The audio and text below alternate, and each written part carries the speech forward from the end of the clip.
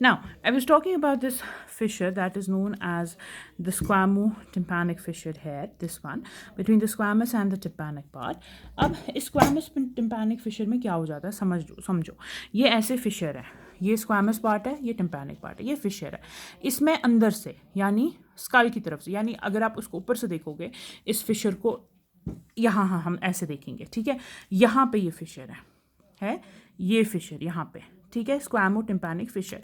ऊपर से इसमें एक पीस ऑफ बोन आती है, समझो ऐसे है ये फिशर, ठीक है ना ऐसे. अब इस फिशर को क्या होता है, इसको ऊपर से एक पीस ऑफ बोन आती है जो इसको डिवाइड करती है. कैसे? There is a downward edge of the tegmen tympani जो उसको ऐसे आके डिवाइड करता है. मैं ये बनाती हूँ, वो ऐसे आ रहा है, ठीक है, डाउनवर्ड एज टेगमेंट टिम्पनाई का. अब वो इस फिशर को दो पार्ट्स में डिवाइड करता है, क्योंकि ये टेगमेंट टिम्पनाई पार्ट है तो ये इसको डिवाइड करता है एक पीट्रो टिम्पैनिक और एक पीट्रो स्क्वामस फिशर में. यहाँ देखो, ठीक है, अच्छे से समझना ये चीज़. ये फिशर था जो यहाँ है स्क्वामस और टिम्पैनिक पार्ट के बीच में. This is a fissure that is known as the squamotympanic fissure. अब इस स्क्वामोटिम्पैनिक फिशर में अगर मैं ऐसे बना रही हूँ, ये स्क्वामस पार्ट, ये टिम्पैनिक पार्ट, ये फिशर है, इसके बीच में ऊपर से एक पीस ऑफ बोन आती है जो इस फिशर को ऐसे, जिसको हम टेगमेंट टिम्पनाई कहते हैं, जो इसको दो पार्ट्स में डिवाइड करती है, स्क्वामस और टेगमेंट टिम्पनाई के बीच में एक पार्ट और पीछे एक पार्ट. तो ये हो जाएगा Pietro tympanic fissure or petrosquamous fissure. Petrosquamous and petrotympanic fissure. Now, what are the structures that pass through this petrotympanic fissure? So, we have cauda tympani nerve, we have anterior tympanic artery, and we have anterior ligament of Malleus that pass through this petrotympanic fissure. ठीक है. So this finishes the centre part of your Norma बेसालिस. मुझे पता है थोड़ा सा डरावना है जब आप लोग इंडिविजुअल बोन्स पढ़ोगे, उसके बाद look at this video again, ठीक है. कोई चीज़ आपको समझ नहीं आएगी, यू कैन आस्क मी, ठीक है. नाउ इसी के साथ now we come to the posterior part of norma basalis. Now the posterior part of norma basalis तुमको पता है कि कहाँ से होता है भाई. हमने कहा कि हम एक इमेजिनरी लाइन मार रहे थे anterior part of foramen magnum से पीछे सुपीरियर न्यूकल लाइंस तक, वो पोस्टीरियर पार्ट होता है. इसमें कुछ ज़्यादा इतनी खतरनाक चीज़ें हैं नहीं, इसको भी हम दो पार्ट्स में डिवाइड करते हैं, मीडियल पार्ट और लेटरल पार्ट में. पहले मीडियल पार्ट की बात करते हैं. मीडियल पार्ट में एज सच कुछ है नहीं, बहुत ईजी चीज़ें हैं. क्या क्या चीज़ें दिख रही हैं मीडियल पार्ट में? सबसे पहले तो ये सबसे बड़ी opening, this is the foramen magnum. Foramen magnum के बगल में ये इंपॉर्टेंट ऑक्सीपिटल कॉन्डाइल्स दो, ठीक है. अब फोरामेन मैग्नम से क्या स्ट्रक्चर्स पास होते हैं वो आपसे पूछा जाता है, ठीक है. सो आगे से पीछे आइए. सबसे पहले इसमें यहाँ मेम्ब्रेन लगती है जिसको हम लोग एंटीरियर एटलांटो ऑक्सीपिटल मेम्ब्रेन कहते हैं. पीछे लगती है मेम्ब्रेन जिसको हम पोस्टीरियर एटलांटो ऑक्सीपिटल मेम्ब्रेन कहते हैं, ठीक. ये चीज़. इसके बाद जो आपका सेकेंड सर्वाइकल वर्टेब्रा होता है उसमें एक प्रोसेस होता है जिसको डेंस बोलते हैं. वो डेंस यहाँ फिट हो जाता है, ठीक है. अब इस डेंस के साइड से दो लिगामेंट्स जाते हैं जिनको हम लोग अलार लिगामेंट्स कहते हैं, ठीक है. सो ऑब्वियसली डेंस यहाँ से प्रेजेंट होगा, आपको समझाने के लिए मैं यहाँ से दिखा रही हूँ, ठीक है. यहाँ से नहीं प्रेजेंट होता, ब्रेन से नहीं आता डेंस, ठीक है. सो यहाँ पे डेंस है, डेंस के साइड से दो लिगामेंट्स जाते हैं, अलार लिगामेंट्स, ठीक है. सो dense and this Alar ligament जो उसके साइड से होगा वो डिवाइड करता है फोरामेन मैग्नम को दो पार्ट्स में, इंटीरियर पार्ट और posterior part. So they ask you what are the structures that pass through the interior part. So interior part से क्या क्या चीज़ें पास होती हैं? We have the apical ligament of dens, we have the superior longitudinal band of the cruciate ligament, we have the membrana tectoria, ठीक है. Very important thing. आगे यहाँ लग रहा था एंटीरियर एटलांटो ऑक्सीपिटल मेम्ब्रेन, यहाँ डेंस था, डेंस के साइड से दो अलार लिगामेंट्स जा रहे थे जो उसको डिवाइड कर रहा था कैविटी को दो पार्ट्स में, इंटीरियर और पोस्टीरियर पार्ट में. इंटीरियर पार्ट में से apical ligament of dens, superior longitudinal band of cruciate ligament and membrana tectoria. पीछे पोस्टीरियर पार्ट से क्या पास होगा? मेड्यूला ऑब्लोंगेटा, उसकी meninges, spinal root of the accessory nerve, the meningeal branch of upper cervical nerve. We have the दो vertebral arteries. We have anterior and posterior spinal arteries. Foramen magnum, हर एक foramen से क्या structures पास होते हैं, बहुत important है. यहाँ पे मैंने आपको फोरामेंस दिखाए, आप लोगों अपनी नेटर खोलो, नेटर में हर फोरामेन दिखाया है उसने नॉर्मल बेजालस पे, और किस फोरामेन से क्या पास होता है वो वहीं लिखा हुआ है, ठीक है। So that's an easy way of remembering कहाँ से क्या पास होता है, ठीक है। इसके बाद when we look at this, यहाँ पे हमें और क्या दिख रहा है, हम लोगों को यहाँ पे ये सेंटर पार्ट में ये एलिवेशन दिख रही है, इस एलिवेशन को हम लोग एक्सटर्नल ऑक्सीपिटल क्रेस्ट कहते हैं। ये एक्सटर्नल ऑक्सीपिटल क्रेस्ट कहाँ से जाता है, यहाँ से, that is the external occipital protuberance से पूरा फोरामेन मैग्नम के मार्जिन तक जाता है, और इस पर अटैचमेंट होते हैं लिगामेंटम न्यूके, ठीक है। उसके बाद और क्या दिख रहा है सेंटर पार्ट में, ये prominence, this prominence is known as the external occipital protuberance, जो आपको फील होती है, इस पर ट्रेपीजियस लगता है, ठीक है। इसके बाद आ जाओ लेटरल पार्ट्स में।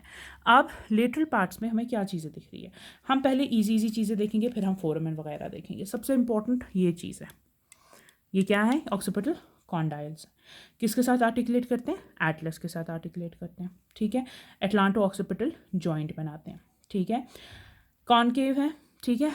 ऑक्सीपिटल कॉन्डाइल के पीछे डिप्रेशन है, इस डिप्रेशन को हम लोग कॉन्डाइलर फॉसा कहते हैं। कॉन्डाइलर फॉसा में कभी कभी एक कनाल होती है जो खुलती है, जिसको कॉन्डाइलर कनाल कहते हैं, इसमें नहीं है, ठीक है। दूसरे वाले में देखते हैं, इसमें है, देखो देखो, this portion is known as the condylar, मैंने क्या बोला, कॉन्डाइलर फॉसा है ना, ये डिप्रेशन। कभी कभी इसमें कनाल होती है, जैसे इसमें दिख रही है कॉन्डाइलर कनाल है, इसमें आपको कॉन्डाइलर कनाल नहीं दिख रही, इसमें सिर्फ आपको डिप्रेशन दिख रहा है, ठीक है। So this is the condylar canal, जो कॉन्डाइल्स के पीछे होती है, ठीक है, कॉन्डाइलर कनाल प्रेजेंट होती है।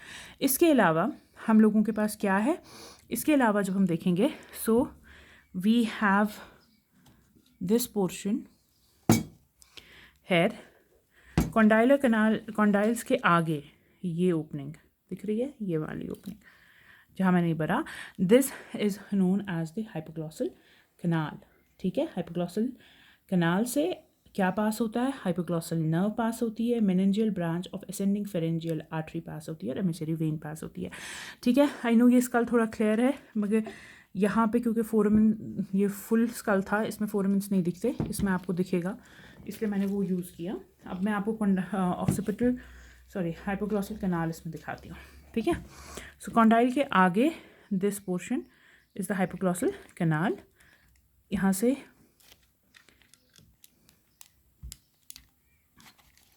देखो ये कहाँ खुलती है, दिस इज द पोर्शन जहाँ पे ये खुलती है स्कल में, ठीक है, ओके। इसके बाद हमारे पास क्या होता है, इसके बाद हमारे पास दिख रहा है हम लोगों को ये पोर्शन, ये पूरा portion is known as the squamous part of the occipital bone. The squamous part of the occipital bone, when you look at it, हम लोगों के पास squamous part of occipital, मैं इसको ऐसे पकड़ती हूँ, ठीक है, ताकि आप लोगों को occipital bone के थ्रू समझ आए। So क्या होता है इसमें, सबसे पहले ये prominence, that is known as the external occipital protuberance, यहाँ से ये लाइन नीचे जा रही है, this is known as the superior, this is known as the external, देखो ये तो तुम आ रहा हो गया, क्या कहते हैं इसको, क्रेस्ट, ठीक है, एक्सटर्नल ऑक्सीपिटल क्रेस्ट। यहाँ से ये लाइन जा रही है, ये लाइन जा रही है, ये दिख रही है elevation, this elevation is known as the superior nuclear line, this is known as the inferior nuclear line. Superior nuclear line पे हम लोग मीडियल 1/3 पे there is attachment of a muscle that is the trapezius, जिसका origin होता है, और lateral part से we have insertion of 2 muscles, that is sternocleidomastoid muscle and splenius capitis muscle. So here we have trapezius, here we have splenius capitis, sternocleidomastoid and splenius capitis muscle, ठीक है। Then we have this external occipital crest, जिससे ये line जा रही है, that is known as the inferior nuchal line, ठीक है। अब इससे ये 4 पार्ट्स में डिवाइड हो जाता है, यहाँ पे पोर्शन में एक मसल लगता है जिसको हम लोग सेमी स्पाइनालिस कैपिटस कहते हैं, यहाँ पे मसल लगता है जिसको हम लोग ओब्लीक कैपिटस सुपीरियर कहते हैं, यहाँ पे एक मसल लगता है जिसको हम रेक्टस कैपिटस पोस्टीरियर माइनर कहते हैं, और यहाँ पे मसल लगता है जिसको रेक्टस कैपिटस पोस्टीरियर मेजर कहते हैं। ये सारे मसल्स कहाँ पढ़ोगे, ऑक्सीपिटल सब ऑक्सीपिटल ट्राइंगल, जो कि इंपॉर्टेंट क्वेश्चन है थ्योरी के लिए, उसकी सारे बाउंड्रीज बनती है, ठीक है। सो यहाँ यहाँ यहाँ यहाँ मसल, ठीक है। यहाँ पे कौन सा मसल वी हैव, कौन सा, सेमी स्पाइनालिस कैपिटस, यहाँ पे we have rectus we have oblique capitis superior, then we have rectus capitis posterior minor, rectus capitis posterior major muscle, ठीक है। ओके, अब वापस हम इसको टर्न करेंगे। इसके बाद हम लोगों के पास यहाँ पे एक इम्पॉर्टेंट फोरामेन है, जिसको ये वाला फोरामेन, ठीक है, बहुत बड़ा फोरामेन है। इस फोरामेन को हम लोग बोलते हैं जुगुलर फोरामेन, ठीक है। जुगुलर फोरामेन 3 पार्ट्स में डिवाइडेड किया जाता है, इंटीरियर, मिडिल और पोस्टीरियर पार्ट में, ठीक है।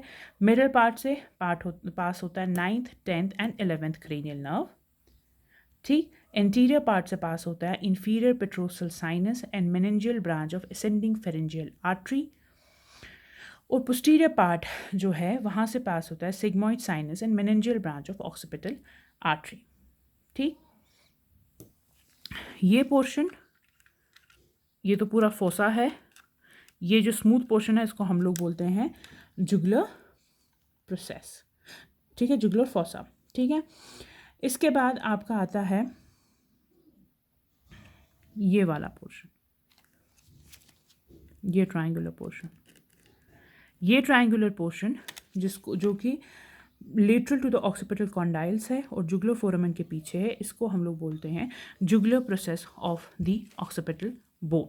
क्या बोलते हैं? Jugular process. ये मैम आप लोगों को ऑक्सीपिटल बोन में भी दोबारा पढ़ाएंगी, ठीक है। Jugular process of the occipital bone, यहाँ पे एक मसल लगता है, इसको हम लोग बोलते हैं रेक्टस कार्पाइटस लेटरालिस, ठीक है।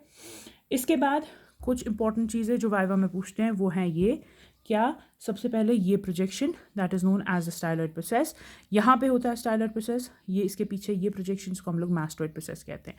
दिख रहा है, इसे लिटरली देखो। So we have the styloid process, we have the mastoid process. Styloid process कुछ बोन्स में टूटा हुआ होता है, जैसे इसमें भी आपको स्टाइलॉइड प्रोसेस नहीं दिख रहा क्लियरली, ठीक है, यहाँ पे टूटा हुआ है। सो यहाँ पे देखो, तो स्टाइलॉइड प्रोसेस है। स्टाइलॉइड प्रोसेस जो है कॉनिकल प्रोजेक्शन है, ठीक है, directly downwards, forwards and medially. It gives attachment to 3 muscles and 2 ligaments. What are the 3 muscles? We have the styloglossus, we have the stylohyoid, and we have the stylopharyngeus. We have 2 ligaments which are the stylomandibular and the stylohyoid ligament. ठीक है, यहाँ पे important चीज़ है that this is, इसके laterally we have the parotid gland and medially we have the internal jugular vein. And there are 2 important structures that cross it. What is the structure that is crossed? At its base we have the facial nerve, whereas at its apex it is crossed by the external carotid artery, ये पूछते हैं, ठीक है। इसके बाद ये process है, this is known as the mastoid process. Mastoid process project करता है डाउनवर्ड्स, ठीक है। इसके medially we have this notch, this is notch is for the posterior belly of the digastric muscle. इसी के मीडियली एक और, यहाँ पे अगर देखोगे इस वाले पे, तो डे डायगैस्ट्रिक की बेली के लिए नॉच है, उसके मीडियली ये नॉच है, this is for the occipital artery, ठीक है। ये ऑक्सीपिटल आर्टरी का ये डायगैस्ट्रिक नॉच है, ठीक है, हो गया ये। इसके बाद एक और इम्पॉर्टेंट क्वेश्चन जो मेरे हर वाइवा में मुझसे टीचर ने पूछा, दैट वाज स्टाइलोमास्टॉइड फोरामेन। तो स्टाइलोमास्टॉइड फोरामेन कहाँ मिलता है? स्टाइलॉइड प्रोसेस और मास्टॉइड प्रोसेस के बीच में ये फोरामेन इज द स्टाइलोमास्टॉइड फोरामेन, जहाँ से इंपॉर्टेंट आर्टरी नर्व पास होती है, that is the facial nerve passes through it, and we have a branch of the occipital artery that is known as the stylomastoid artery. So यही facial nerve यहाँ से निकलती है, उसके बाद इसकी बेस को क्रॉस करती है और पैरोटिड में एंटर करती है। So this finishes your norma basalis. Thank you.